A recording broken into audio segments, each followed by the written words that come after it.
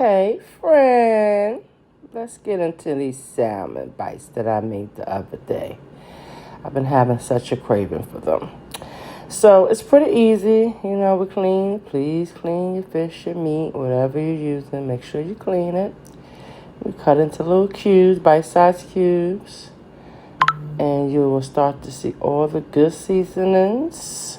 Don't be shy. Don't be shy. Kinder's is my new favorite.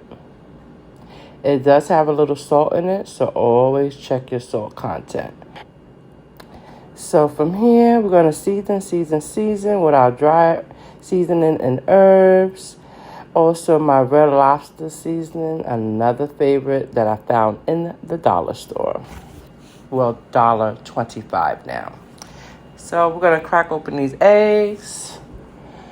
Buttermilk. Nice bath. Massage. Keep massaging and incorporate those flavors. Get the egg all mixed in good. Get the milk mixed in, and then let it sit. Let it sit overnight if you can. If not, at least an hour.